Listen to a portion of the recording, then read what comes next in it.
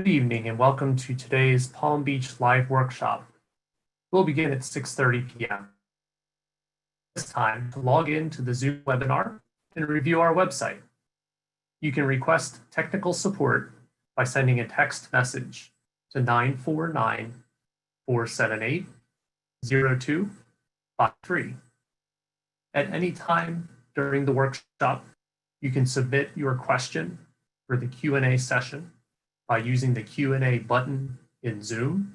You can also text your question 949-478-0253. Thank you.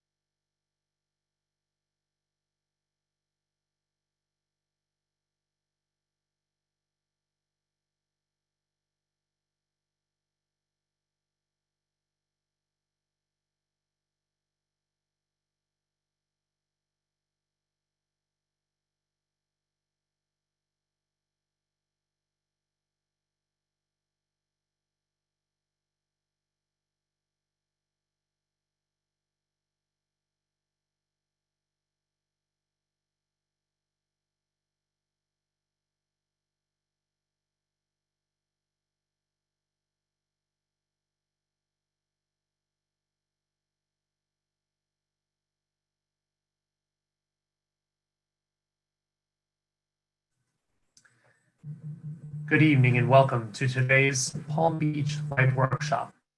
We will begin the live workshop at 6:30 p.m. Please use the time to log into the Zoom webinar and to review our website. If you need technical support, you can contact us via text message at 949-478-0253. If you'd like to submit a question for the live workshop, you can use the Q&A button in Zoom, or you can text your question to 949-478-0253.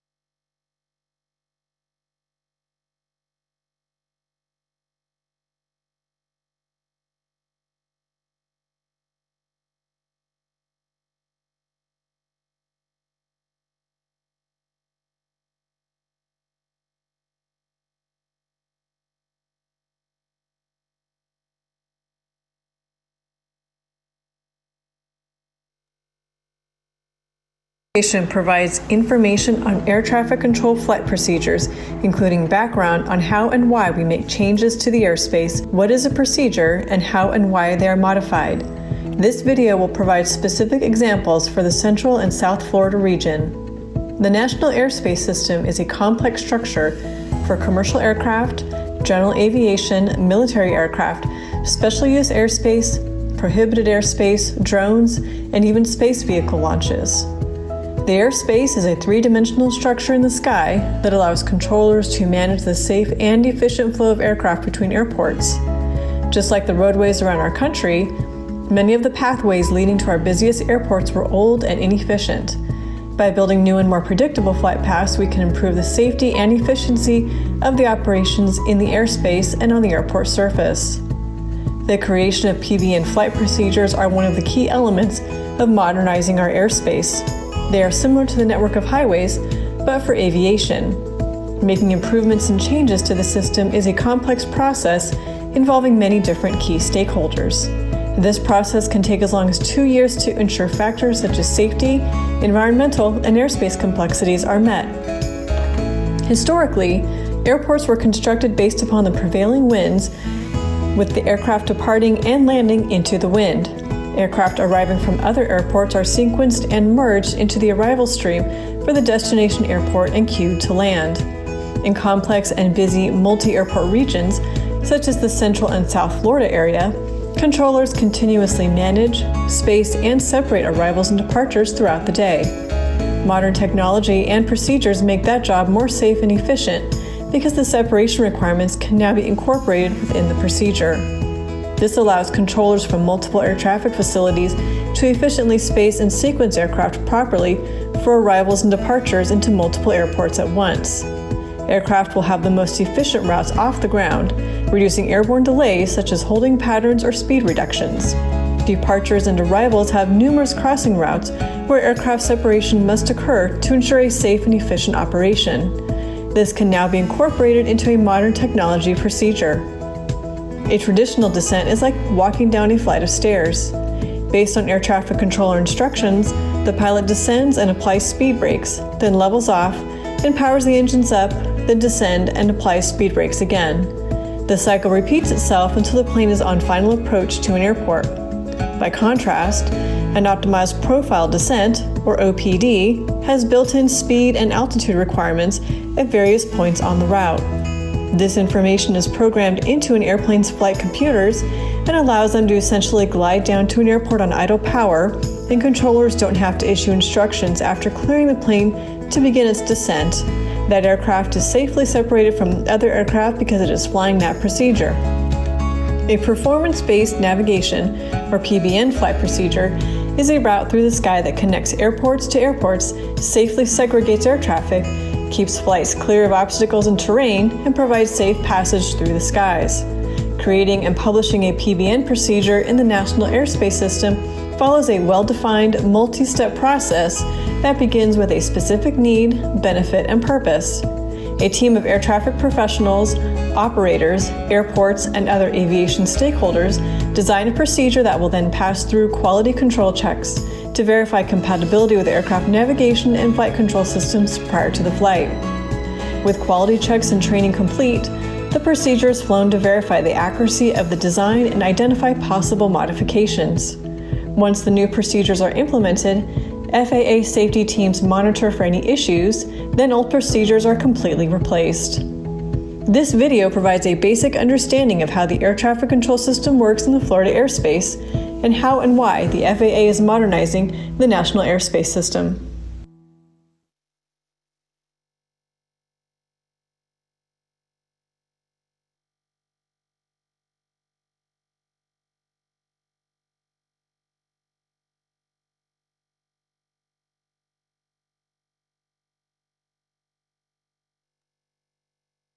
This presentation provides information on air traffic control flight procedures, including background on how and why we make changes to the airspace, what is a procedure, and how and why they are modified. This video will provide specific examples for the Central and South Florida region. The National Airspace System is a complex structure for commercial aircraft, general aviation, military aircraft, special use airspace, prohibited airspace, drones, and even space vehicle launches. The airspace is a three-dimensional structure in the sky that allows controllers to manage the safe and efficient flow of aircraft between airports. Just like the roadways around our country, many of the pathways leading to our busiest airports were old and inefficient. By building new and more predictable flight paths, we can improve the safety and efficiency of the operations in the airspace and on the airport surface. The creation of PBN flight procedures are one of the key elements of modernizing our airspace. They are similar to the network of highways, but for aviation. Making improvements and changes to the system is a complex process involving many different key stakeholders. This process can take as long as 2 years to ensure factors such as safety, environmental, and airspace complexities are met. Historically, airports were constructed based upon the prevailing winds, with the aircraft departing and landing into the wind. Aircraft arriving from other airports are sequenced and merged into the arrival stream for the destination airport and queued to land. In complex and busy multi-airport regions, such as the Central and South Florida area, controllers continuously manage, space, and separate arrivals and departures throughout the day. Modern technology and procedures make that job more safe and efficient because the separation requirements can now be incorporated within the procedure. This allows controllers from multiple air traffic facilities to efficiently space and sequence aircraft properly for arrivals and departures into multiple airports at once. Aircraft will have the most efficient routes off the ground, reducing airborne delays such as holding patterns or speed reductions. Departures and arrivals have numerous crossing routes where aircraft separation must occur to ensure a safe and efficient operation. This can now be incorporated into a modern technology procedure. A traditional descent is like walking down a flight of stairs. Based on air traffic controller instructions, the pilot descends and applies speed brakes, then levels off, and powers the engines up, then descend and applies speed brakes again. The cycle repeats itself until the plane is on final approach to an airport. By contrast, an optimized profile descent, or OPD, has built-in speed and altitude requirements at various points on the route. This information is programmed into an airplane's flight computers and allows them to essentially glide down to an airport on idle power, and controllers don't have to issue instructions after clearing the plane to begin its descent.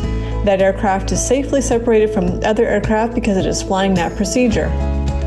A performance-based navigation, or PBN flight procedure, is a route through the sky that connects airports to airports, safely segregates air traffic, keeps flights clear of obstacles and terrain, and provides safe passage through the skies.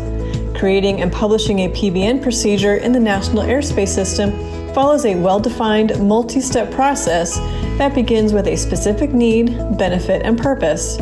A team of air traffic professionals, operators, airports, and other aviation stakeholders design a procedure that will then pass through quality control checks to verify compatibility with aircraft navigation and flight control systems prior to the flight.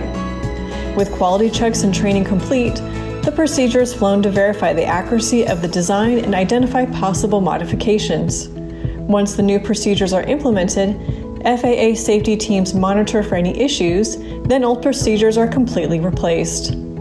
This video provides a basic understanding of how the air traffic control system works in the Florida airspace and how and why the FAA is modernizing the National Airspace System.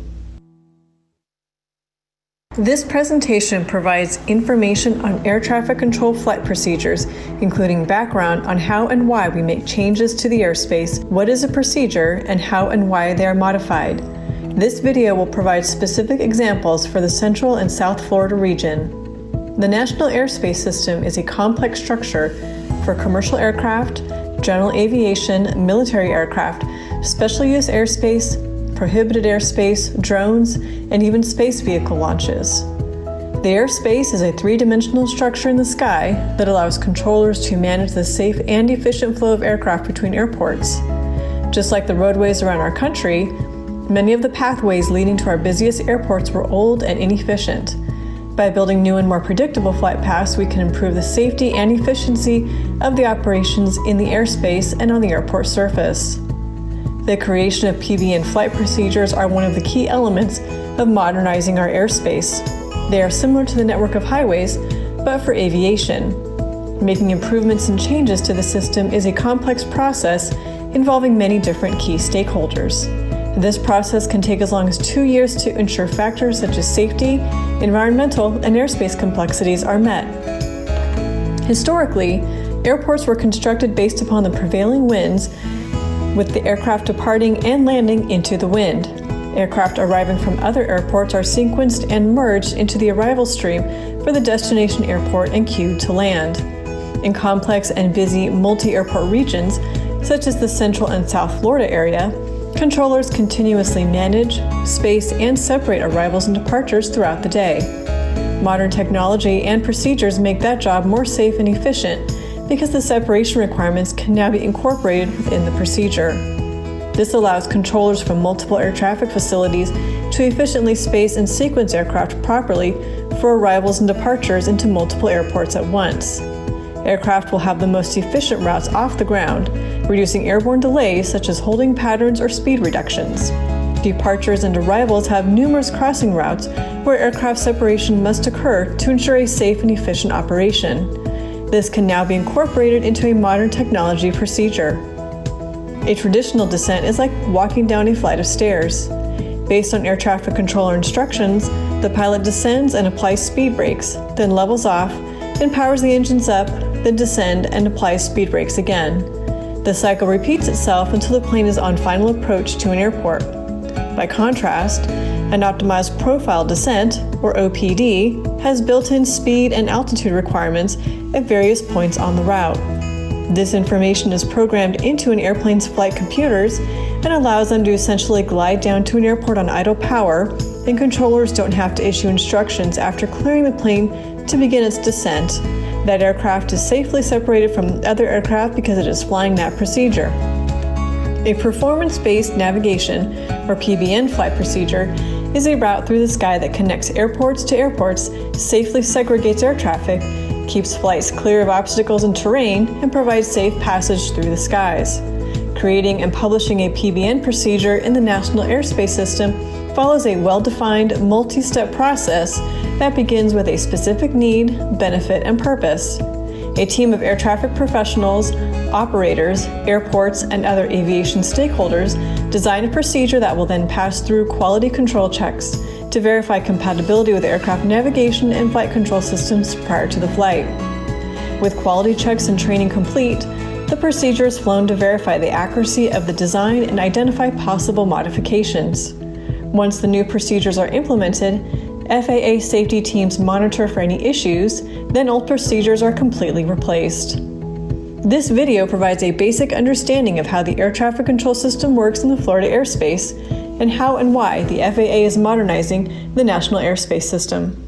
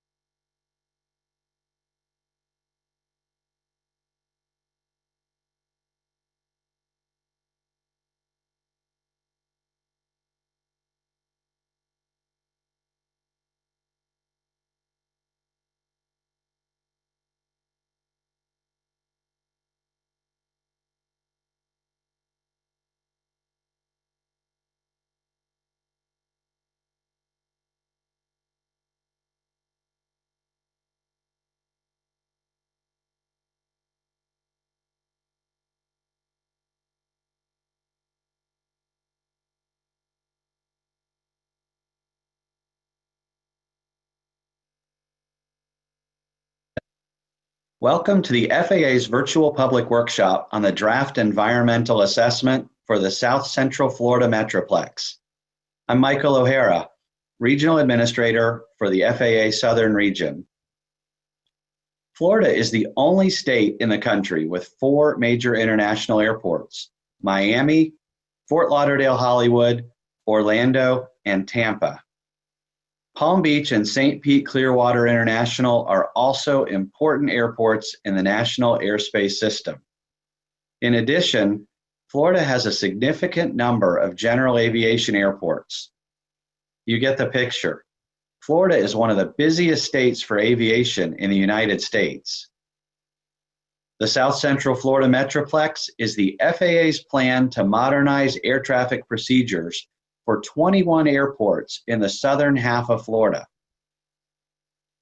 Many of the existing procedures are based on outdated technology. While safe, these procedures are less precise and efficient than those based on satellite technology. The satellite-based routes proposed for the Metroplex project will enhance safety and efficiency across the region. Metroplex will benefit passengers by creating more direct routes, decrease congestion at airports and in the air, improve air traffic flows, enhancing safety and efficiency, and reduce complexity and communication for air traffic controllers and pilots, making the system safer. Before we can change procedures, the National Environmental Policy Act, or NEPA, requires us to conduct an environmental assessment to determine the potential impacts of the proposed procedures. One purpose of NEPA is to ensure that proposals, alternatives, and environmental impacts of projects are fully disclosed to the public. That's why we're here today. On May 11th, the FAA posted the Draft Environmental Assessment, or EA, for the Metroplex, and we opened a 60-day public comment period that closes on July 10th. We hope that you will consider submitting comments about the document. On this website, you can click the Comments tab, and it will show you how to submit your comments. It provides email addresses and a physical address where you can send comments after the workshop.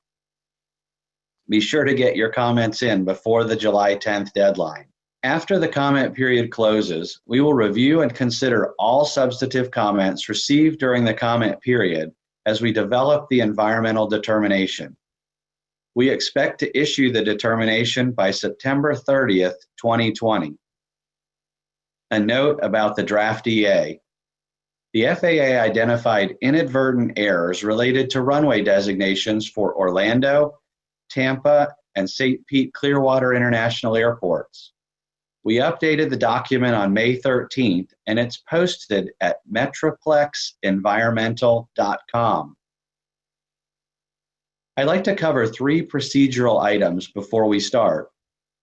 First, if you're having technical issues, you can text us anytime during the workshop at 949-478-0253 or click the Technical Support tab on this webpage.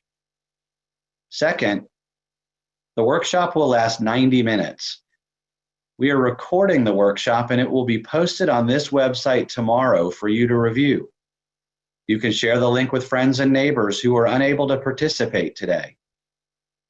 And finally, we have experts available to answer questions about the draft EA and the proposed air traffic control procedures. FAA air traffic controllers, environmental specialists, and industry representatives will answer your questions after the presentation. As a reminder, the questions asked and answers provided here are not part of the official record for the draft EA. To comment for the official record, click on the Comments tab on this website. That will link you to the FAA's official comment page for this project.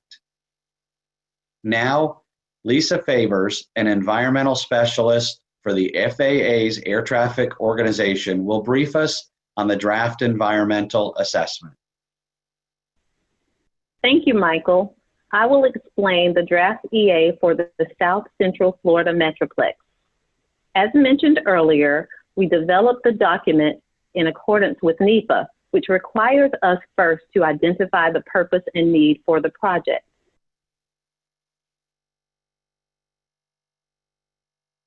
In this case, the purpose and need addresses the current inefficient arrival and departure procedures for airports in South Central Florida. Many of the existing procedures are based on outdated technology and are less precise and efficient than satellite procedures. We need to fix that. The draft EA identifies causes for inefficiency as lack of predictable routes or procedures to transition aircraft between airport runways and high altitude en route airspace. Complex interactions between converging routes and lack of flexibility for air traffic controllers as they transition flights between high altitude and low altitude airspace. By adopting new procedures, which the draft EA calls the proposed action, we expect reduced workload due to fewer controller-pilot communications, more efficient operations due to decreased complexity, and fewer flight segments resulting in more predictable traffic flows. A detailed explanation of the purpose and need is included in Chapter 2 of the draft EA. The draft EA analyzes potential environmental impacts from the proposed action and the no action alternative. It is important to note that we analyzed many additional procedures, but they not carried forward for detailed study in the draft EA because they did not meet the purpose and need or applicable safety standards.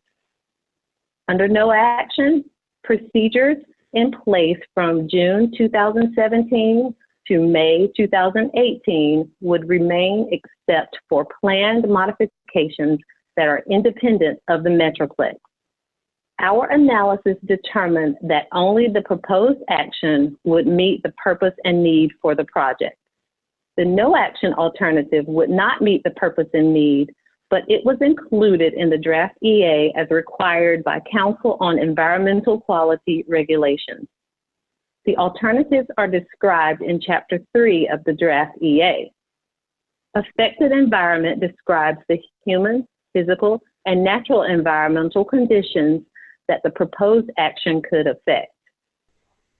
The affected environment is described in detail in Chapter 4 of the draft EA.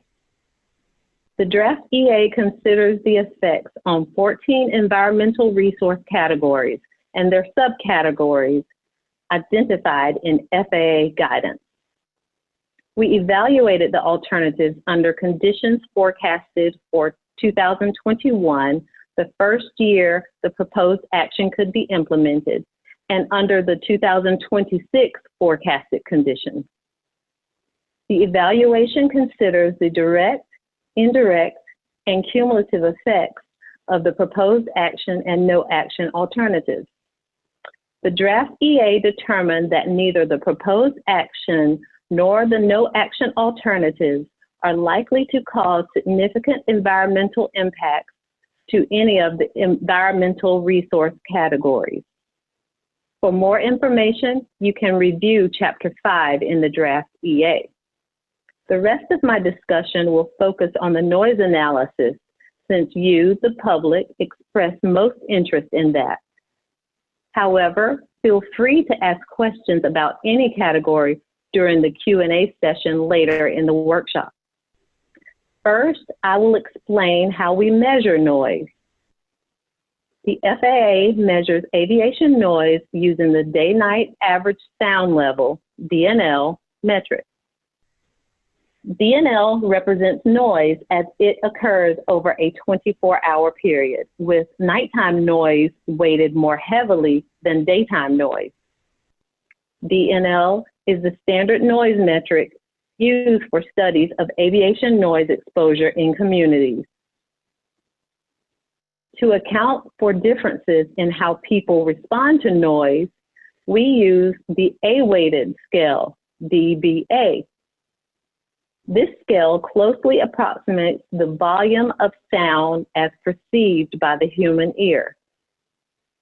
The FAA considers aircraft noise exposure of 65 DNL in residential areas and noise increases of DNL 1.5 dB or more for noise-sensitive areas exposed to noise at or above the DNL 65 dB noise exposure level to be significant. The noise analysis demonstrates that the proposed action would not result in significant noise increases. More information about how the FAA measures noise is in Appendix E of the draft EA, and a detailed noise analysis can be found in Appendix I. Before I end, the following video will show you how to look up noise information for your address. You may search more than 122,000 grid points of noise data in the study area, presented in decibels, abbreviated as dB. The grid points are U.S. Census population points located at 1/2 nautical mile intervals across the entire study area. The map opens to the study area. In the search bar, start typing your address and similar addresses will pop up. Click on the correct address and you will see a light blue map pin. The map shows the model grid points in blue. Click on each point to see a pop-up with noise analysis results. The map shows data including DNL calculated for the alternatives and the change in noise when the proposed action is compared to the no action alternative. Now our air traffic control expert will brief you on some of the more significant procedures the Metroplex proposes for your area. Hello, my name is Ryan, and I'm an air traffic controller who works at FAA's West Palm Beach International Air Traffic Control Tower and Radar Approach Control. In this section of the website, we will walk you through the flight procedure poster boards for Palm Beach International Airport and Boca Raton Airport. Each of the following boards shows a sampling of existing flight tracks and the proposed new flight procedures for jet aircraft. Each board will show either arrival or departure aircraft with current day tracks color-coded via altitude. The flight tracks and proposed procedures are all overlaid on a map of the surrounding area. Each flight procedure board is oriented with north facing up. The name of the airport and the names of the flight procedures are in the box on the upper right corner. The box also shows the type of operation, either arrival or departure, and the direction of flight, which we call flow, either east or west. Flow is related to the layout of the airport's runways. For example, east flow runways include runway 10 left and runway 10 right. These runways allow aircraft to land and depart eastbound towards the ocean. Runway 14 is also used in an east flow operation and allows aircraft to land and depart southeastbound. West flow runways include runway 28 right and runway 28 left. These runways allow aircraft to land and depart westbound. Runway 32 is also used in a west flow operation and allows aircraft to land and depart northwestbound. A few acronyms are used in the boards. Standard Instrument Departure, or SID, is a departure. A Standard Terminal Arrival, or STAR, is an arrival.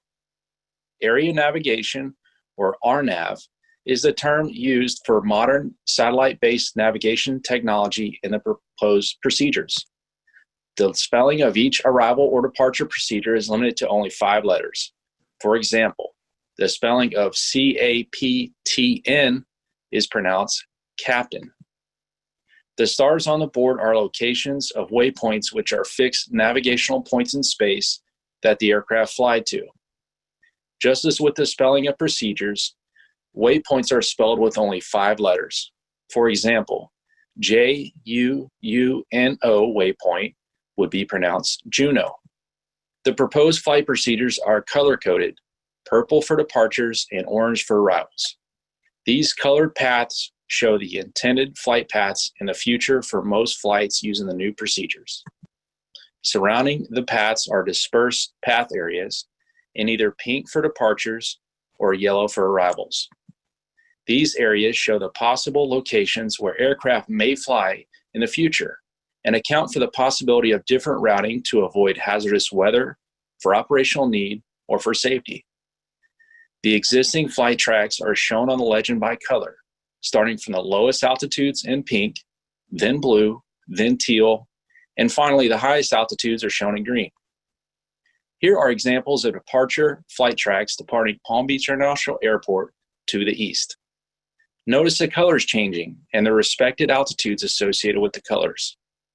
The flight tracks shown are a sample of jet aircraft operations, which occurred from January to May 2018 for Palm Beach and April to May 2018 for Boca Raton during the daytime, which does not include nighttime hours between 11 p.m. and 6 a.m. The bullet points on the right side provide additional details about the procedures. Next, we'll take a look at each arrival and departure board for these airports.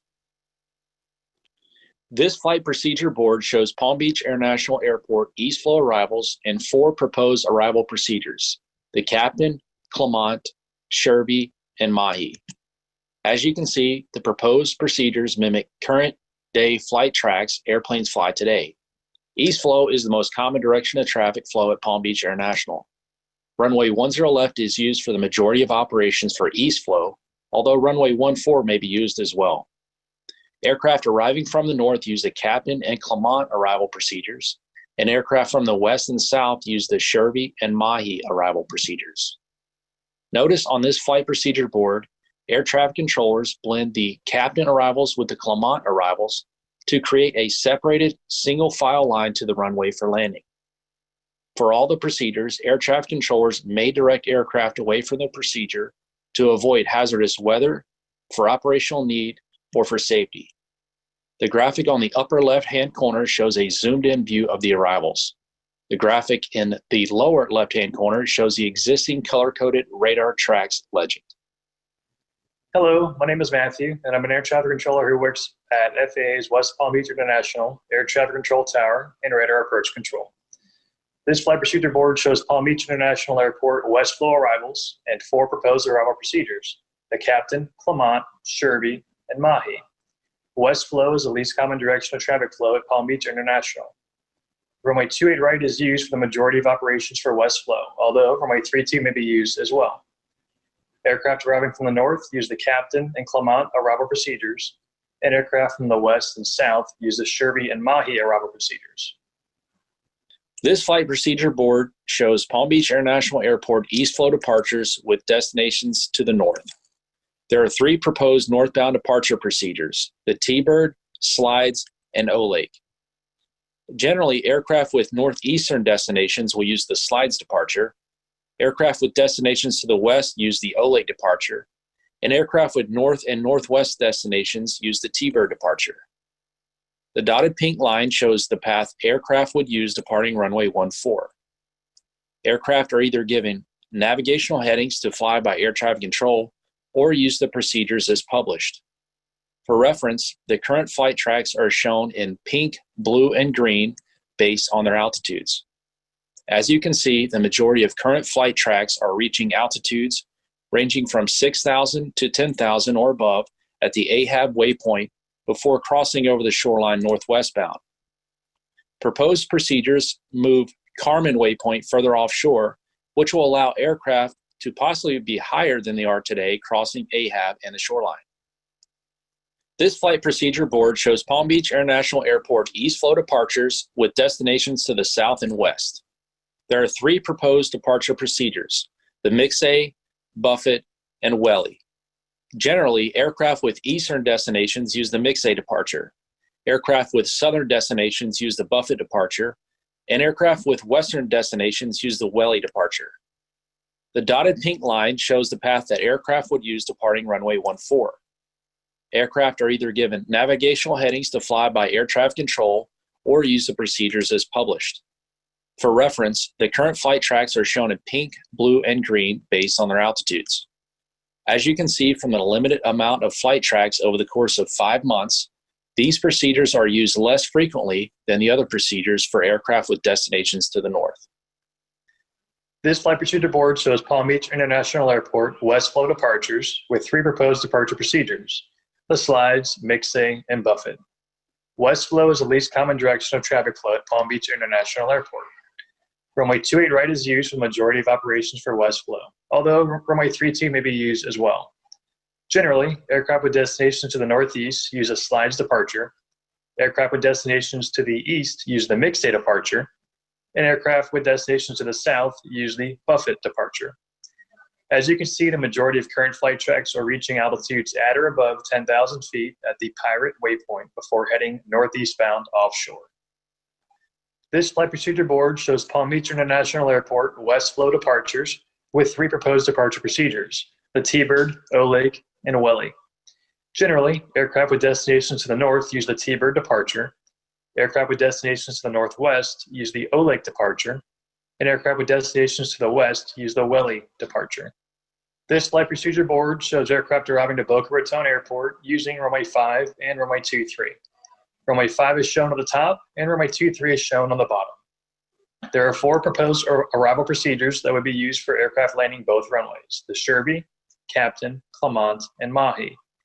Aircraft arriving to the Boca Raton Airport will fly in the proposed procedures until an air traffic controller issues a navigational heading to guide the pilot to land runway 5 or runway 23.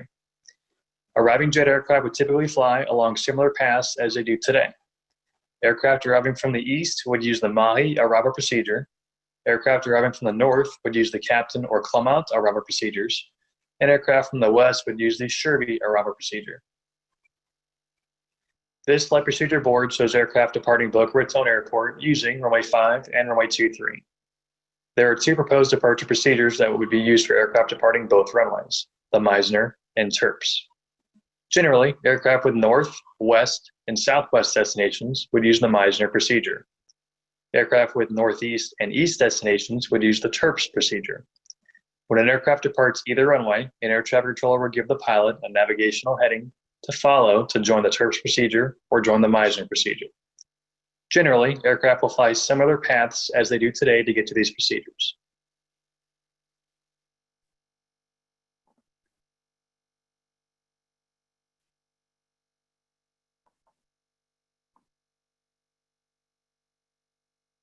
All right, good evening. I'm Michael O'Hara, the Regional Administrator for the FAA Southern Region, and I'll be the moderator for tonight's Q&A session. I'm joined by technical experts, including Matt and Ryan, air traffic controllers from the Palm Beach Control Tower and Radar Approach Control, as well as Lisa Favors, FAA Environmental Specialist. We have FAA Metroplex Program Leadership from headquarters, Jim Origi, Laura Zabriskie, and also Metroplex co-leads for the Florida project, Christian Carnes and Vicki Turner. And we're joined by industry representatives from airlines, the Airline Pilot Association, and the Palm Beach International Airport. So welcome everyone. As a reminder, we are holding this workshop to answer your questions about the South Central Florida Metroplex project. We're unable to answer questions about other topics, but you can submit questions in the chat box on Zoom, Facebook, and YouTube, or you can text your question to us at 949-478-0253. If you need technical assistance, please click on the technical support tab on our website. So thank you for joining us this evening. It should be a great session. And we have our first question. Why isn't the FAA holding public meetings on the Metroplex? And why is the FAA moving forward with this project, especially with traffic so light as a result of COVID-19? All right, well, I'll start with that one. Now, we can't hold in-person workshops at this time because public health officials are advising against large gatherings of people. They're recommending social distancing. And many of the public venues in Florida that we would typically use for a workshop are closed for this kind of meeting due to ongoing concerns about the virus. At the same time, this project's important. It's going to enhance safety and efficiency, which are central to the FAA mission. In fact, they are the FAA mission. So these improvements will be valuable even before the Florida economy recovers, before normal traffic levels resume. But in terms of the outreach and engagement, we did have 17 workshops on the project in Florida last year. where there were 729 attendees. We gathered about 170 comments at the workshops, and a little over 1,000 comments came in total. I'd like to elaborate just a little bit more.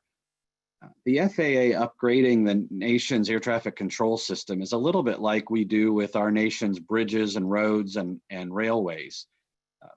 They're part of the connections of our country from one part, one state, one city to another. And aviation infrastructure needs to be modernized like you'll see with those others. The procedures that we use in Florida are decades old, and many of them have inefficiencies that are based on their reliance on ground-based nav aids. That limits our available flight paths, and it makes some of our procedures longer than necessary. It introduces inefficient climbs and descents or level offs. Some of the procedures in our current designs occupy the same airspace as others, and as a result, that means that air traffic controllers have to vector or direct aircraft in a certain heading or a certain direction at a certain altitude, make a climb, make a turn, maybe make another climb in order to keep aircraft safely separated. So that vectoring results in irregular, less predictable flight paths. It also increases the communication between pilots and controllers. And that increases the workload, which can be a safety impact. The satellite-based procedures that we propose in this project allow for fixed routes that are automatically separated from other routes. It also enables us to have known altitudes and aircraft speeds with an increased level of precision. So hopefully that gives an overview of the importance of the project and why we're moving forward and how it fits in with a little bit some of the crisis that we have today. All right, the next question we have, what are the environmental impacts from the Metroplex project? That's a large document. I'm going to turn that over to Lisa Favors, our environmental specialist. Lisa, if you could help with that, please. Yes, Michael. I'll try to do my best to help. The draft environmental assessment looked at many environmental categories, and in some, the proposed procedure would not affect the environment because the resources either did not exist within the study area or the procedures would not affect them. More information is available on that topic and all of those resource categories in section 4.2 of the draft EA. Now, the draft EA looked at 9 categories and subcategories that the procedures could potentially affect. And for this briefing, we're focusing on noise and compatible land use. Information on the other categories are also available in the draft EA on section 4.3. The draft EA found no significant environmental impacts in any category. Thank you, Michael. All right, thank you, Lisa. We'll move on to the next question. What is the role of the airports and airlines in this project? I can tell you the FAA works closely with our industry partners, the air carriers and the airports to understand the needs that exist at an airport. There are 21 airports that are part of this project, and we want to understand the inputs from communities as we develop procedures. This is an FAA initiative as part of our role to manage the safe and efficient movement of aircraft through the national airspace system. But we hold community outreach like we did last year, like we're doing again this year, so that we can gather information from the public about the project, share information where there may be concerns, and answer questions that the public may have. So it's an important part of the project. We want to hear from you. We want your comments. I'll ask if that question mentioned industry. I'll see if anybody at the Palm Beach Airport wants to add anything to what I shared.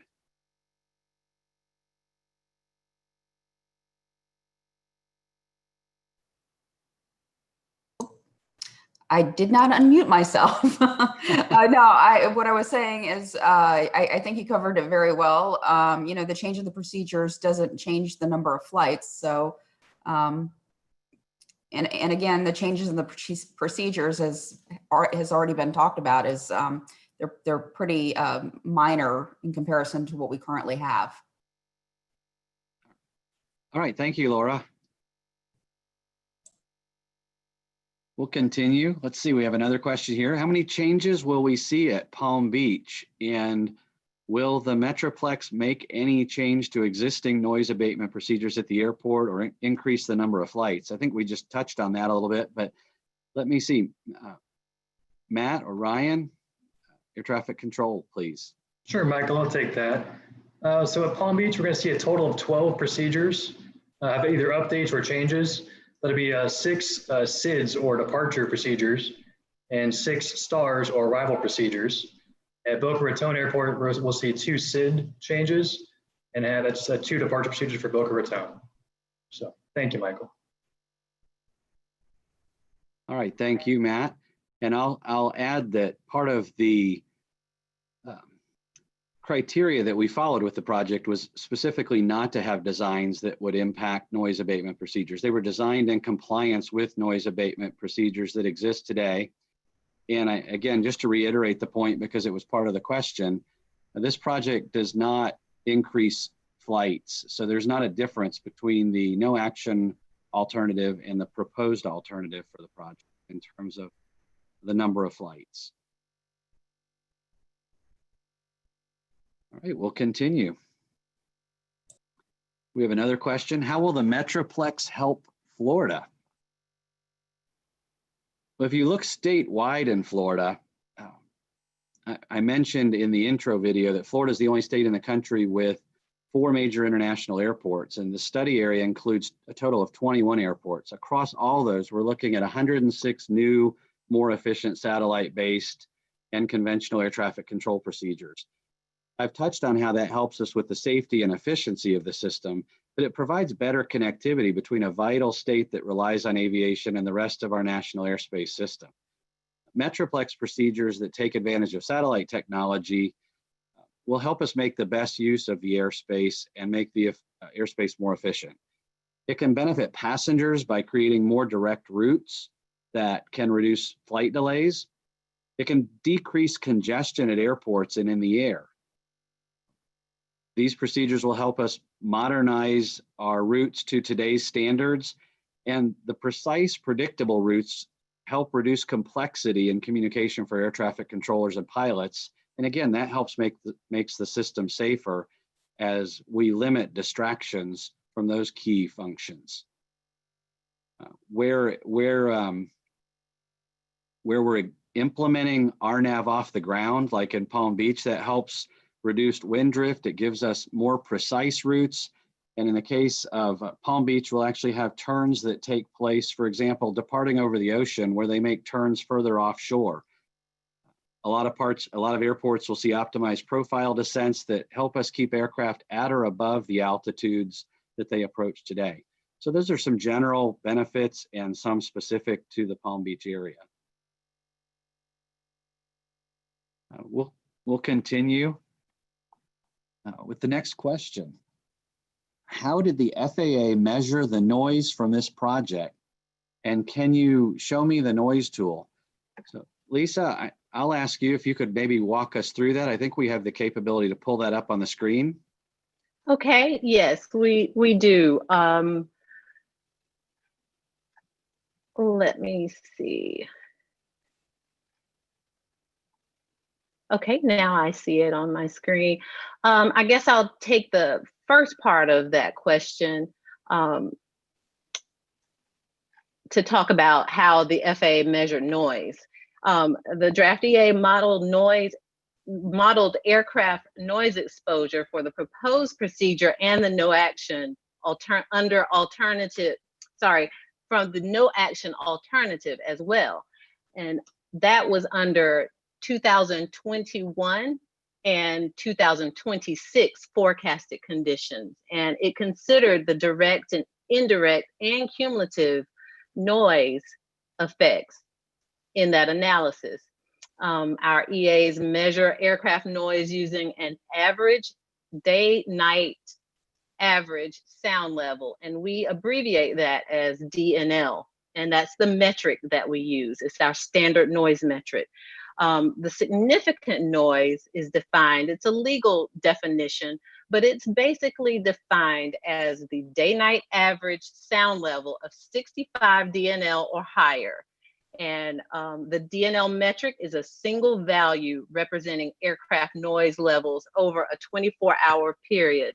And it includes all aircraft sound generated within that period.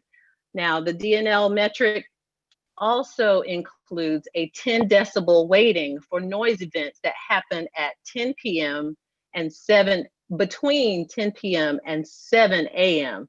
And that weighting just helps us to have a greater account for the greater annoyance, the level of annoyance that you have during nighttime events. And the metric essentially equates one nighttime flight to 10 daytime flights. So if we go to this tool, now that we are sharing that tool, if we go to the noise tool, just give it a second to load. I don't know if you can see it on your screen. Okay, I can see it now. When you go to this website and search this tool, we searched more than 122,000 grid points of noise data and over this entire study area. And those points are US Census population points, and they're located at 1/2 nautical mile across the entire study area. And when you go to this map, when you pull it up, you can search a specific address that you are concerned about or you want to know the noise results about by typing in the search bar, the top left-hand corner of that map. You can start typing an address and similar addresses will pop up. And once that happens, you can click on that map pin of that address. And what will pop up is I guess a little pop-up. Once you click on the pin, if you can click that pin for me. Thank you. If you click on that grid point, and what pops up is a little box that talks about the noise results as we model them, and that they're covered in this environmental document. And there's additional information on the noise results can also be found in that draft environmental document, and that too is on our website. If you go to metroplexenvironmental.com and click on the link for South Central Florida Environmental, and you can pull up that environmental document and read about noise results. Thank you, Michael. All right, thank you, Lisa. One point I'll reiterate, because I know we've talked about it some, but you can click on 122,000 different points across the study area, and none of them show a significant noise impact. So just pointing that out. Thank you for pointing that out, Michael. That's an important fact. Across the entire study area, in any of those single grid points, there are no significant impacts. Okay, thanks, Lisa. We'll continue through the questions. Here's one. It says, will we have a concentration of airplane traffic as I've heard about with other similar projects? I live near 441 west of Palm Beach, and I have a lot of planes over my house already. Matt or Ryan, could I ask you to help with that one?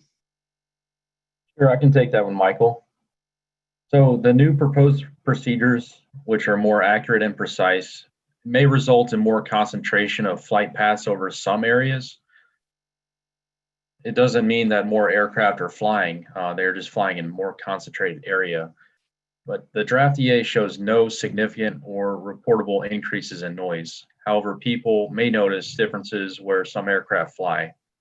I'd also like to note that that area, 441 west of Palm Beach, does have a lot of aircraft that turn in to land at Palm Beach for basically our main runway we use most of the time, runway 10 left. So that the new proposed procedures will not change that. And thanks, Ryan, Mike. would it help any for us to pull the board up? I don't know if we can show the. Sure, absolutely. If I could ask the team, we can pull up. Would that be the west arrivals? It would be east arrivals. Sorry, thank you. Sure. So as you can see from the board there, the pink areas to the west of Palm Beach, that's near 441. And that's where the majority of our aircraft turn into land at Palm Beach that are coming in from the north and northeast there.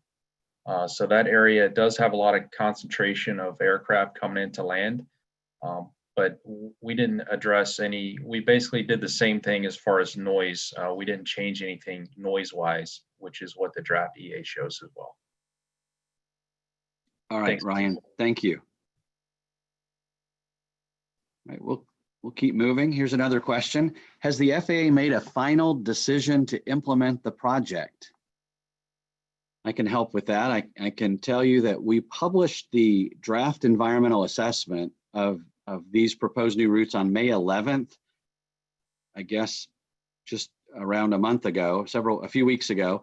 That opened a 60-day public comment period, and that ends on July 10th of this year. So we want to get comments and feedback from the public, from you all, and any comments that come in before July 10th, we're gonna review those. We will consider those, and you can talk to us about the environmental assessment and what you think about our proposed action. But I can tell you that no final decision on the project will be made until after we have an opportunity to consider all comments. We're hoping to issue a final environmental determination by September 30th of this year. And if everything continues on track, then we would implement procedures probably in 2 phases. It's a large project, so we would probably make changes in 2 phases in 2021 and hopefully complete the project by the end of 2021. So that kind of gives a time frame of what we're anticipating. All right. Here we have a question in from social media. Will operations at Witham Field be affected with this change? Matt, let me ask for your air traffic expertise on that. Sure, Michael. So that's a good question. Thank you for that. The operations at the Stewart Witham Airfield will not be changing with this project. We currently have a standard instrument departure at Stewart that allows aircraft to depart via RNAV waypoints and fly out of the Stewart area into the surrounding airspace. The arrival procedures into Stewart will not change as well. Nothing was done to address those procedures up there. They're already fine, and nothing will change as a matter of flight tracks arriving or departing the Stewart Airport. So thank you, Michael. Great, thank you, Matt. All right, we have another question. Can you give me some examples of noise levels that might help me understand DNL and DB better? Lisa, I think that that would be a good one for you to help with. Okay, I can try my best to help. So I'll just kind of pick this one apart. So the DNL question, that is the day-night average sound level. It's a noise metric that's used to kind of reflect a person's cumulative exposure to noise over a 24-hour period. It's expressed it's expressed as a noise level for an average day of the year, and it's based on average annual operations, aircraft operations. DNL is the noise metric that's what we use to describe the effects of environmental noise in a single uniform way. That's kind of our standard. DNL is our standard noise metric for the FAA studies, environmental studies of aviation noise exposure. So second part of that question is, what is dB? dB is decibel, and it is a unit of measurement used to measure the intensity of sound in very general terms. And I see that we're sharing a screen, and this screen shows some common outdoor sounds that you can kind of relate to, common outdoor sounds to common indoor sounds. And if you kind of look at this graphic, it's some very common sounds that you might hear outside, or a B-747-400 at takeoff. It can be compared to being inside at maybe a rock band concert, pretty loud. You can also see common sounds of like a lawnmower at 3 feet away, or a diesel truck at like 150 feet away. And that can be compared to an indoor sound of like a food processor or blender, or people shouting at 3 feet away.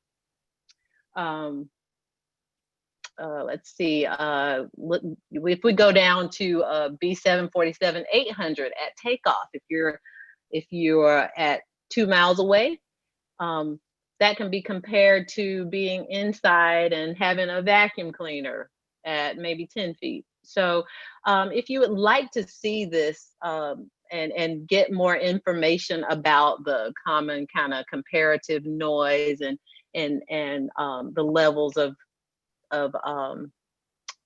noise levels associated with them, you can easily log on to our website at faa.gov/regulations, and you can definitely read more information about that if that helps. Thank you, Michael. All right, Lisa, thanks. All right, we'll move on to another question. I noticed there were some errors in the online information. Did that affect your analysis? One of the things that we mentioned in the introductory video is that the inadvertent errors of some of the runway designations for Orlando International, Tampa International, and St. Pete Clearwater International were identified in the first day or two after the EA was published. So we made some corrections on May 13th, 2 days after the draft EA was published. And I'll just ask Lisa to confirm those were just designations in the written document, but that didn't have any bearing on the analysis, right, Lisa? That is correct, Michael. Thank you. Okay. All right, very good. So we'll continue. So we have a question, will the Metroplex mean more flights over my house? I don't think we have a specific location on that question. I may come to Matt or Ryan if you have any general thoughts on that, and then I may come back or perhaps see if anybody in industry wants to address any part of that. Okay, I'll take that one, Michael. So there's kind of a difference here between an increase in flights, and that's normally driven by public demand. And so the Metroplex project doesn't really increase or decrease public demand. It just makes it more safe and efficient. But there's also one aspect of this Metroplex project where you're talking about the concentration of flights. And because the flights will be more precise, and they could potentially be more concentrated over certain areas. And those will be depicted in the information at the beginning of the presentation. Okay, Ryan. Thanks, Michael. I can chime in, Michael, and add to that. On the development of these procedures, the proposed procedures for Palm Beach, if you want to show the East Flow Arrivals Board, we can show an example actually and talk about that. During the design process, we actually took the actual flight tracks of the airplanes and the current procedure we actually use at Palm Beach now today, and pulled some of the exact waypoints and used the exact waypoints in the new proposed procedures. So on this board here, you can see the East arrivals landing Palm Beach, arriving from the north on the Captain and Clement arrival procedures. The waypoint, Fairway, and Juneau and Sands are actually in the same locations in the proposed procedure that they are on the current day procedures we have at Palm Beach. So you won't see any change in the flight tracks arriving or departing Palm Beach Airport with these proposed procedures. So just thought we'd add that and make sure that's clear. You're not going to see a flow of airplanes that are there today change with the proposed procedures and go somewhere totally different. They're going to stay in the same general areas, and in most cases use the same exact waypoints that are already there today. So thank you, Michael. That's a great point, Matt. And using that chart that's up on the screen while it's there, any concentration that would occur would be out over the ocean. So the splay of tracks or the distribution of tracks there to the northwest of Palm Beach will occur the way that it does today. That I don't know if you can see it exactly in the chart, but that procedure terminates at a point so aircraft can finish that arrival the way they do today. Exactly. Good point. And then I jump in sometimes with the noise analysis. Even though there may be a concentration of tracks at times, again, the noise analysis took that into account, and there's no significant impact from that, from the proposed changes. In other words, where planes are flying today is where they should be flying in the future. There could be a little bit of concentration over an area, but they'd be over areas that heard those planes previously. Any other comments on that? I know I mentioned, I think we covered it. Okay, well, we'll move to the next question. Thanks, everyone. Why can't planes climb faster to higher altitudes quickly and reduce noise impacts on the ground? Okay, there may be two parts of that. One of it might be on the air traffic side, but let me see if any of our pilots want to address kind of your take on that. Michael, we can help with that. Okay, thanks, Gary. I think there's two of us, but both of us can help with it. And one of the goals of pilots is to get the airplane to our high altitude cruise altitude as soon as we possibly can. It makes it more efficient for us to fly up there. And so that's the primary goal that we have. But to get it there takes a little bit of work, and it's based on the conditions. The condition is the weight of the aircraft and the temperature that we are operating in. High temperatures, we climb a little bit slower. Cold temperatures, we climb a little bit faster. But the airplane performs, the wing performs under those conditions at a given rate. Each pilot is going to climb just as fast as we possibly can to get it to that altitude as safely as we can. So we're not climbing slow. We're actually trying to get it as high as we can, as fast as we can. Thank you. All right, thank you, Gary. I'll just add a little bit more detail to that. Right now, a typical aircraft climb profile for the first 1,000 feet is predicated on getting the aircraft away from the ground safely.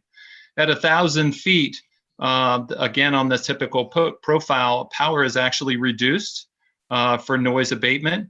And then the aircraft reduces its attitude of its climb to accelerate, to get its flaps up, so that it, as Gary described, so that we can get to a quicker airspeed, which results in the most optimum rate of climb. So right now, the procedures that most aircraft adhere to are optimized for noise. If there is an alternate procedure that sometimes we'll fly for when there are terrain considerations, and though that can get the aircraft to higher altitude more quickly, it actually produces more noise for a longer period of time. Greg, thank you. And again, Gary, thanks. Matt or Ryan, from an air traffic perspective, I'm not trying to tee it up specifically, but I know a lot of times when you have congestion of airports, other routes, for example, when you depart from Palm Beach, you have other traffic off the coast headed down to Fort Lauderdale and Miami and other airports. Anything you want to elaborate from a procedure perspective? Yeah, Michael, you kind of hit it there. When you depart Palm Beach Airport, you're not the only airplane in the sky that we're working. There's other aircraft that are around. Just for the flow of Palm Beach itself, we try to get our departures as high as we can initially off of the airport, and the arrivals we try to get a little bit lower to the tunnel underneath them, so you can come in and land at the airport and get lined up for the runway. So actually, we want to get the departures as high as we can as well. The current procedures today, we allow them to climb to 4,000 feet initially off of the ground. And then when they talk to air traffic control, we will then re-clear them to a different altitude, usually higher, reference other traffic in the area. The proposed Metroplex procedures actually let them climb to 10,000, 12,000, in some cases 14,000 feet off of the ground without any interaction with air traffic control, and they'd be separated from other procedures and other aircraft in the area. So that definitely helps having these procedures implemented and higher altitudes they can climb to initially off the ground. So thank you, Michael. All right, great. Thanks, Matt. So I'm hearing that we're seeing some great attendance so far on Zoom and social media. I want to remind all the viewers to submit questions for this live Q&A session using the Zoom Q&A function, or you can text in a question at 949-478-0253. Again, that's 949-478-0253. But we have some other questions in the queue. I just wanted to get that out. So I think our next question is here. Are there any state-specific drone requirements for certifications that would help increase safety in the Metroplex area? All right, let me ponder that for a second. So within the state of Florida, I guess they're asking, are there any state-specific drone requirements? So I can tell you the FAA is very engaged in drone safety. This particular project addresses the instrument flight procedures for airplanes, and that doesn't tie in with how drones are typically controlled or flown. So I'm going to refer you probably to our FAA.gov website, where you could search for a bit more information on drone safety. But in terms of specific drone requirements and a link to the Metroplex, it doesn't really tie in with this project. But it is an area that the FAA certainly has an ongoing focus to ensure that the introduction of drones into our national airspace system is done safely. All right, let's see. We have another question. When will the number of flights revert to pre-COVID levels? All right, I don't know that we can exactly predict that. I can tell you that our role at the FAA is to provide safe and efficient separation of aircraft in the airspace, and that we respond to the needs of the system. Obviously, we can handle a greater workload than what we've seen in the last month or two, and the capacity of the airspace is not being fully utilized because of the COVID crisis. We maintain close contact with the industry more than daily. I mean, if you think almost ongoing in terms of what the outlook is, everything from weather to crisis like the COVID impacts, and see how the schedules and even cities are affected by that. But largely, those are some, I guess I'd say they're part of the marketing maybe decisions that the airlines have, and I'm not sure that we have that expertise here. So I'll pause for a minute. Probably help you a little bit with that question. Thanks, Laura. We actually are keeping close tabs on what's going on with airline service. We did have our most significant declines in April and May. We're starting to see some increases. We expect that we will continue to see incremental increases through June, through the end of this year. I do believe that flight activity will probably start to, the number of flights will start to increase in the November or December timeframe. All right, Laura, thank you. I know that there's some data just for perspective for some of the viewers that Florida has the second highest number of passengers of any of the states in the country when it comes to aviation.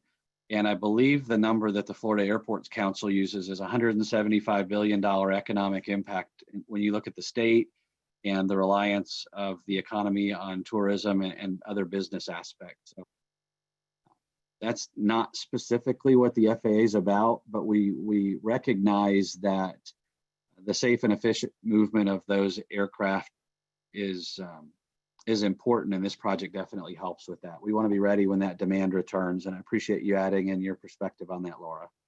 You're welcome. Okay, we'll go on to the next question. Will the new procedures increase the noise generated from aircraft? Lisa, could I ask you to, looks like you're unmuted. You're ready to go. Sure. I can help with that. Basically, the FAA environmental analysis for the project, it measured more than 200,000 census block data from the year 2010, I believe. And within those areas, it measured noise at more than 117 points. And over the entire study area, it showed that the proposed procedures would not result in any significant or reportable increases under our FAA criteria. So that pretty much answers that question. Back to you, Michael. All right, thank you, Lisa. Here's one I think we touched on earlier. Why is the project really necessary? Why are we doing this project? So I'll walk back through that a little bit. The FAA is upgrading the nation's air traffic control system to improve safety and efficiency and reliability. Airspace is part of the infrastructure of our country. And I mentioned earlier that it's not unlike what you see with roads and railways and bridges that help make the transportation connections from cities and states to other part of the country. So if you think about that in the air, the airways and the ability to get efficiently onto the ground and off the ground from Florida airports helps connect Florida to, for example, the Northeast corridor, points west in the northwest part of the country or down in the Caribbean. And that infrastructure has to be modernized. So satellite capabilities give us a higher level of efficiency and precision, help us automatically have routes be separated. And that's not the case with a lot of our existing procedures for Florida. A lot of those routes are decades old and they need to be modernized. They're safe, but they're not nearly as efficient. And we talked about some of the complexity when you have to make those turns and vectors and climbs and turns and climbs between the controller and the pilot, that's a distraction in both the cockpit and for the controller that can add a level of complexity that can have a negative impact on safety. So the procedures are safe, but making procedures safer can make the overall system safer. So I'm trying to think if there's anything else. So the precise flight tracks help keep routes automatically separated. And Michael, I think I can add a couple of things to that. I know Jim. We focus on what we see around our own homes, but just like you stated, we're upgrading the entire air traffic system. These procedures play a key role in that because the FAA is also improving and upgrading the air traffic automation system across the country. We're moving into an era where we can use data communications to transmit clearances to aircraft. And with that enhanced system throughout, these procedures, which are highly accurate and predictable, allow us to project the trajectory of aircraft even before they leave the gate. We know where we would project an aircraft is going to be. So part of that efficiency, accuracy, and repeatability isn't just around Palm Beach, it's around the entire country. So this plays a key role in improving the air traffic system in the national airspace system itself. Great, thank you, Jim. Michael, do you mind if I comment also? Please, Gary, go ahead. It is beneficial for us too. Over the last 10 to 15 years, the airline industry and aircraft industry has made dramatic increases in the automation that we have inside the aircraft to better fly procedures, to help with idle descents, to help with navigation to be more precise, and to help the controllers help us fly where we're supposed to be flying. Without these new procedures, we can't use that automation effectively. It's almost like without the new procedures, we can't use but a portion of the capability of the aircraft. Therefore, we're creating inefficiencies in the system. These procedures allow the pilot to use all aspects of that automation to help in every piece of flying the airplane. Thank you. Okay, thanks, Gary. All right, I think we'll continue here with the questions. Are airplanes getting louder or quieter? So maybe I'll start that with you, Lisa, and then I'll see if there's some industry feedback on that as well. That's right. I can definitely give you from my point of view, and what's common knowledge is that all new aircraft are more efficient and quieter. Now the FAA Our office environment and energy has worked more than 50 years with the air carriers and manufacturers to try to help reduce noise at the source, and that's aircraft engines. Um, Extensive information and research can be found at FAA.gov. And once you go there, it's kind of difficult to find, but if you type in the Office of Environment and Energy, it can get you in the right place to get some additional information on the research and the studies that have been done for many years thus far. But I'm happy to get perspective from any of our industry partners. If you would like to jump in, jump right on in. I'd like to comment on that also. Many of the airline companies are in the process of modernizing their fleets. And as you said, Lisa, at the same time, we benefit from a reduction in aircraft noise. And not only is that aircraft engines, but also noise generated by the airframe. The aircraft manufacturers have gotten better at designing airflows that are not only more efficient for fuel economy, but also to reduce noise. And I'm aware that there's at least one modification to older Airbus aircraft, which reduces noise from a particular fuel vent out on the wing. Also exciting is the advent of new geared turbofan technology, which many new Airbus and also the new generation of Boeing's employs. Just one particular statistic off the top of my head is I believe the new Airbus A220 is 18 times quieter than the MD-88 and 90 aircraft, which they replace, which Delta retired yesterday. So we do benefit from noise reduction, along with the efficiencies that Gary mentioned, and being able to capitalize on the technology, the new technology that the aircraft bring to the market.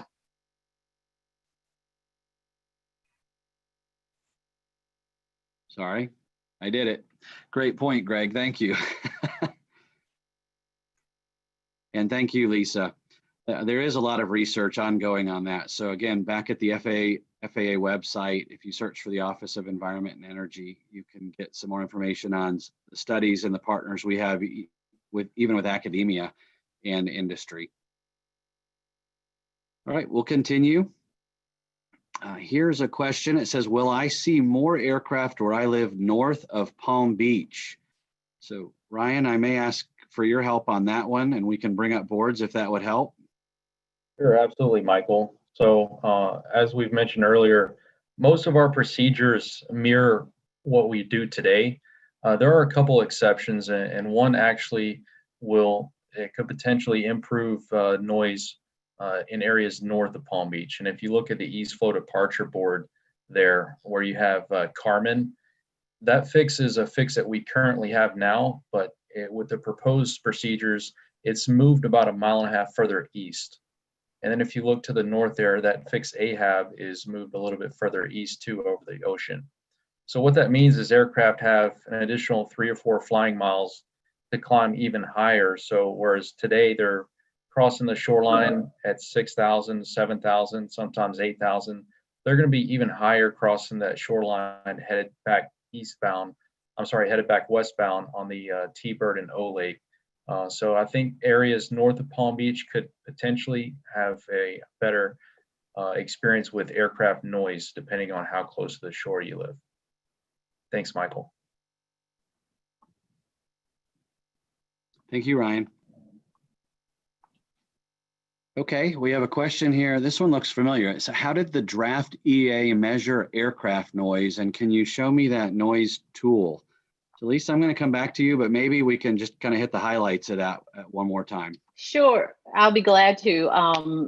Again, the FAA measures, we measured the noise exposure of the proposed action and the no action alternative for the year 2021 and 2026 forecasted conditions, and it considered the direct, indirect, and cumulative effects for that.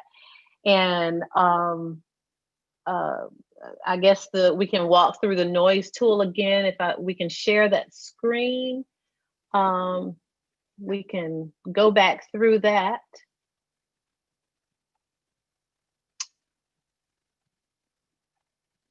Okay, I think we're here. So once you get to this noise tool again, once you get there, you go to the FAA website, the Florida Metroplex workshops.com, and then you click on the noise tool. It's like the 1, 2, 3, it's the 5th button to the right. Click on that button and it brings you to this noise tool page. And once you're here, it gives you some very general information about noise, and you can read about DNL and the change in DNL and the significance thresholds, and to look for an address in particular that you are interested in. If you click in the top left-hand corner of the map tool, of the map itself, there's a search bar. And if you click in that search bar, you can start typing an address. If you, we just pick an arbitrary address, please, and start typing in there.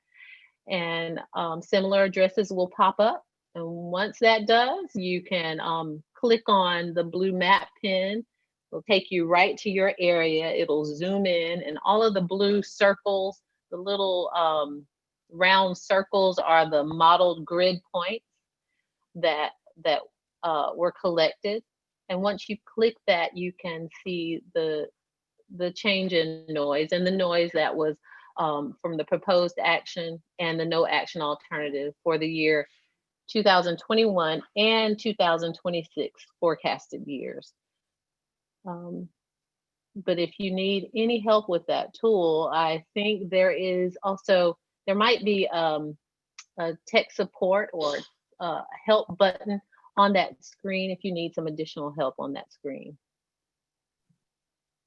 And I think that might be it. All right, thank you. Thank you.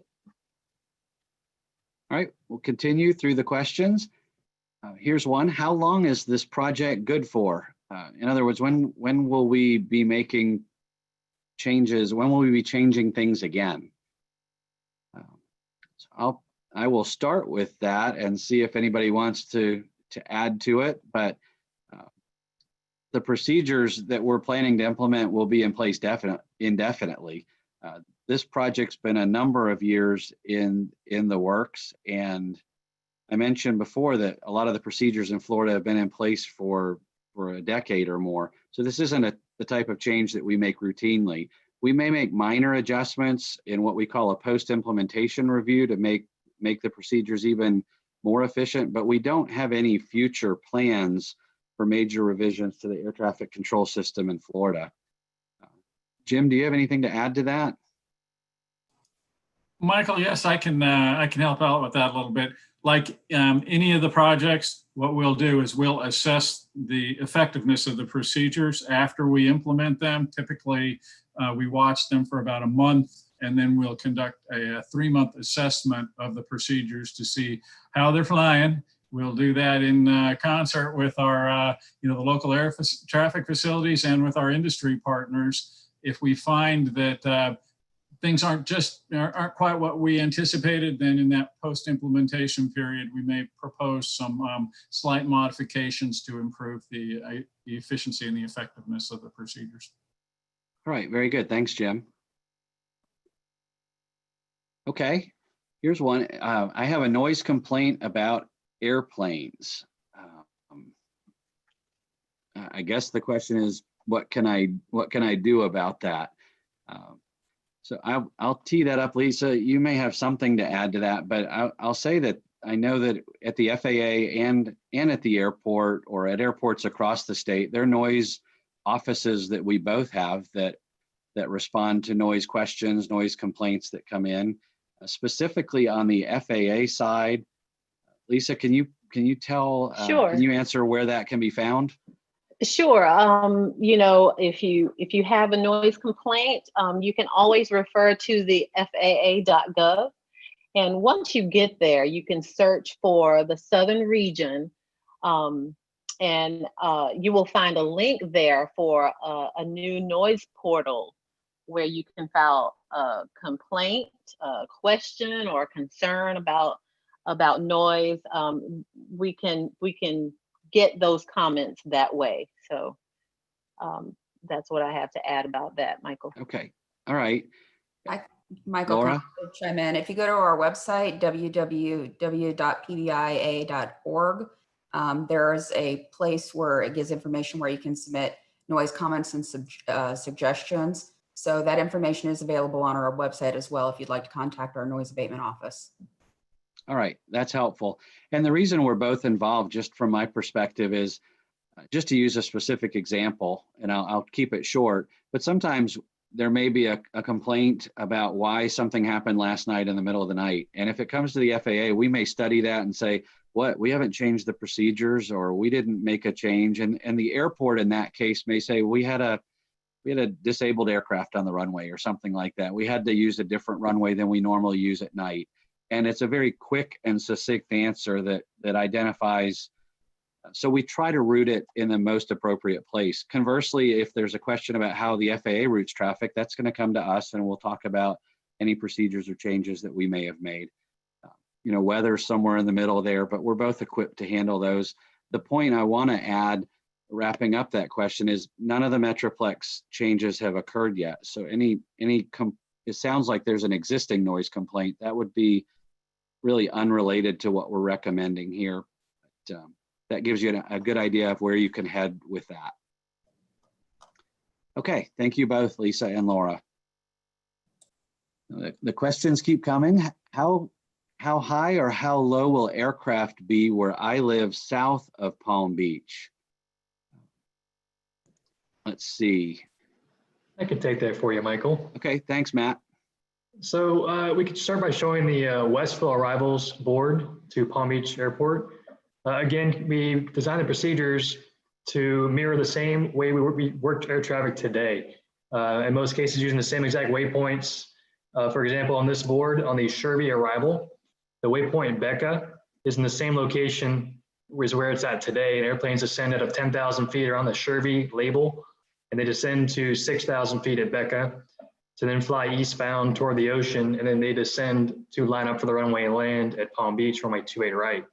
They'll still be the same similar altitudes to on the proposed procedures that they're at today. So you're going to see no change in the actual altitude of the aircraft and where the aircrafts are flying. They'll be in the same general location. Same thing with the departures. The departures on a Palm Beach East flow, they're going to be on the same general flight paths as they are today. And most of the aircraft, as they turn back to the west and they get their climb, they're in the 8,000, maybe 10,000 foot range before they start heading back to the southwest. That's actually the north flow or the north departures for the east flow. There's a board that shows the south and southwest departures for Palm Beach. But there it is. So as they fly on the Welly procedure westbound, as they start reaching the point of Buffett and Sharkey at the shoreline, they're in the 8,000 to 10,000 foot range before heading back to the west. And this is not a heavily used procedure. We don't get a lot of airplanes that fly south or southwestbound out of Palm Beach. The majority of our traffic flies north and northeastbound. So again, you should see the airplanes in the same general locations they're at today and at the same altitudes they're at today. Thank you, Michael. Oh, great. Thanks, Matt. All right, I'm going to keep us moving. How many new procedures are included in the entire Metroplex project? I actually have those numbers here handy. I can see if anybody else wants to jump in on it, but let's see. We have the entire project covers basically the southern half of Florida. So there are 106 new procedures, and forgive me for glancing down, but 70 of those are new RNAV procedures. 13 of them are new conventional procedures, either departure or arrivals. 19 are existing conventional procedures, and then 4 existing RNAV procedures. So I think we mentioned earlier, Matt, I don't know if you have that handy, but the number of procedures changing, again, closer to Palm Beach, I think was. Yeah, we had 12 total procedures at Palm Beach. they would say we're changing. We actually have today current RNAV procedures that we use today at Palm Beach. We're updating some of those procedures, and they may be getting renamed for criteria purposes. But we're implementing 6 departures, 6 arrivals, and Boca Raton gets 2 departures at Boca. They'll still follow the same similar paths at Boca Raton. It's just they'll be able to join a GPS or RNAV route as they get further away from Boca Raton Airport. At Palm Beach, there are the 6 SIDs at Palm Beach. We currently have 5 today. The extra SID getting added is the O-Lake departure, and that'll take airplanes northwest bound as they get at higher altitudes, and it'll allow the airplane to go more on track and more on their route of flight northwest bound actually. So pretty much the same general numbers of procedures at Palm Beach, just updating and possibly renaming some of them for criteria purposes. So, Okay. Thank you, Michael. Jim, anything to add from your perspective? Well, I think, there you go, I got caught. I think we pretty well covered it there. Okay. All right. The only thing I'll say is when you talk about the procedures in and out of Florida, it helps increase the number of entry, expand the number of entry and exit points in and out of the Florida airspace, which if you think of those as kind of the on-ramps and off-ramps in the sky to the higher altitude routes to other parts of the country, that's a key part. So we've laid that other infrastructure and we continue the higher altitude pieces. This project, if you think about it as the on-ramps and off-ramps down to the ground and off the ground up into those other airways, that's kind of what this project's about. So I'm going to do another reminder. We're going to continue to take questions until 8. We've seen thousands of views on Facebook, Twitter, and YouTube. So we have lots of folks tuned in for this session tonight. Keep your questions coming. Again, you can text us at 949-478-0253, 949-478-0253. And I'll just jump to the next question that's already here. So what is the FAA going to do to mitigate any noise increases if people experience those? Maybe I should read that exactly the way. What is the FAA going to do to mitigate the noise increases that some people will experience? Lisa, could you help with that? Sure. Basically, the procedures, the proposed procedures do not exceed any thresholds of significance in any environmental category. So the short answer to it is there are no mitigations that are being proposed here. Thanks, Michael. All right, thank you. All right, here's a question. Where else have you implemented projects like this, and what benefits and issues did they experience? All right, Jim, I know you're chomping at the bit on that one. You can read me pretty well, Michael. Certainly, this is the last of 11 Metroplex projects. We've implemented 9 others around the country. We're in that post-implementation phase in Denver.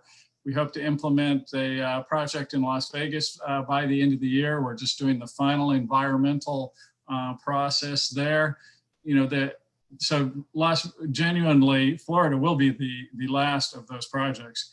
Some of the benefits we've seen around the country are some of the very things we've talked about, those implementing those optimized profile descent procedures, improving the departure procedures, separating the flows so we have more efficient operation. Some places we've seen a significant decrease in emissions. Other places, we've seen a pretty significant improvement, for instance, in the arrival rate, or decrease in delay at the Cleveland and Detroit project. We had some pretty positive comments about the arrival procedures into Detroit in particular, where we saw some periods where arrival delay was decreased 30 to 40%. And of course, that makes it a little more efficient, a little less waiting time in the airport for those customers. Can I comment on that? Please. Also, with the implementation of procedures like this, which allow us to benefit from improved technology on the newer aircraft, They're also safer from the perspective that along with these procedures are published the specified airspeed and altitude requirements that we need to conduct a safe approach or a safe arrival procedure. Whereas before, those types of constraints were communicated to the aircraft via voice radio communications with the air traffic control folks.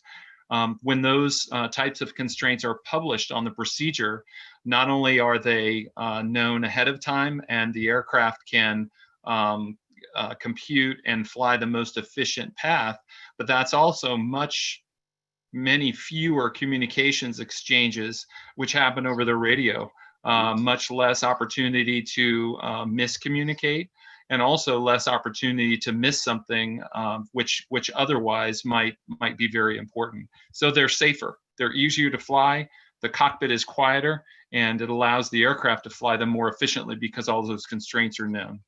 Yeah, and Greg, I'm glad you mentioned that, because in the case of Detroit, and you might know somebody who flies in and out of that particular airport, but our post-implementation analysis did measure a reduction in the flight deck to air traffic communications in that particular project too. And can I say something about that also? I almost piped in the last time Greg and Gary said something about being able to use the automation that's in the aircraft. For us, the safety is the number one. That takes priority over everything. And our busiest and our most complex times is from pushback off the gate until we get above to cruising altitude. And for all those reasons, that's why we're on board. This is absolutely makes it a safer operation because it does eliminate all those other distractions, and it makes it predictable. We know exactly what we're going to do before we start the initial descent and before we even push back off the gate on the departure side. Caesar, Greg, thank you. I appreciate it. All right, I'm looking at the clock. We've got a couple questions here. Here's one. My library's closed and some people can't use this type of online meeting technology. How can they learn about the project and provide their input?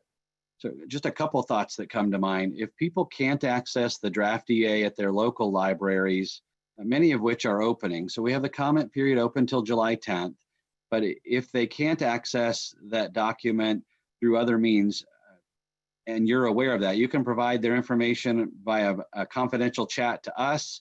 You can call or text their contact information to us. We have that number 949-478-0253 if you want to send us their contact information, and we'll respond and help them access the information they're looking for. And then there's another question here. What kind of public outreach is the FAA doing for this project? So this workshop is one of 12 virtual public workshops that we're holding during these first 2 weeks of June. And they're covering, as you've seen this evening, changes to procedures that are proposed at 21 airports, including 4 major international airports in Florida and 17 additional airports. We've recorded the session tonight so that people can play that back. If people were unable to attend the session tonight, they can share that link with friends or family and give them an opportunity to provide comments to us at a later time during the comment period between now and July 10th.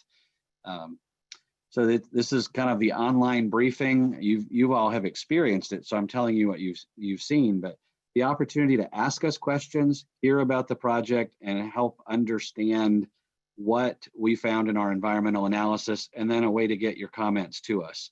So don't forget the comment link that's available on the website. That'll provide information to you. And in fact, I think I'm being told that's the last question. So I guess that brings us to the end of the workshop. And I want to thank you all for participating. I want to thank you for asking good questions. I hope that our answers were informative tonight. I want to thank our specialists for providing expertise, and our entire FAA communications team, all the others who supported this workshop in the background. And I want to acknowledge the industry representatives who added their perspective in the session this evening. So thank you. As a reminder, the questions that were asked today are not part of the legal record for the draft environmental assessment. If you want to comment for the record, please go to the comments tab on this website, floridametroplexworkshops.com. You can also email us or send us a written comment, and those addresses are also available under the comments tab right on this website. Again, I want to remind everyone the comment period's open until July 10th of 2020, and after the comment period closes, the FAA will consider and review all the substantive comments that are received during the comment period. And then the agency expects to issue an environmental determination in September 2020. We'll be hosting another virtual workshop live for Palm Beach on Friday, June 12th at noon. If you want to pass that information along to anyone else who couldn't make the session. As I mentioned earlier, tonight's session will be recorded and should be available on this website tomorrow, if that's a benefit to anybody you know, or if you want to review the information that we've shared with you this evening. But that concludes our workshop tonight, and I want to thank you all for joining us.